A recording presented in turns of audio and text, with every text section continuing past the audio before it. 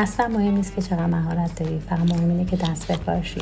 سیبا رو خورد کن با دارچین، با یک کم کره، هل و عسل بذار رو حرارت. یه دونه تخم مرغ با یک کم شیره انگور، یک کم کره آب شده رو خوب مخلوط کن.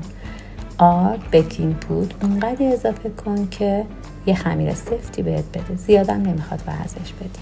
بعد خمیر رو با وردن باز کن، سیبایی که پختی رو روش قرار بده، خمیر رو برگردون روش، برش بده، داخل سینی فر بچین، 10 الی 20 دقیقه بذار داخل فر. الان تمیزکاریات هم بکن. شیرینی تو آماده است. یه شیرینی که میدونی مواد اولیش چیه، سالم و مقویه. حالا موقع اینه که یه چای بریزی با بغل دستی، بشینی یه شیرینی گرم خوشمزه رو نوش جان کنی.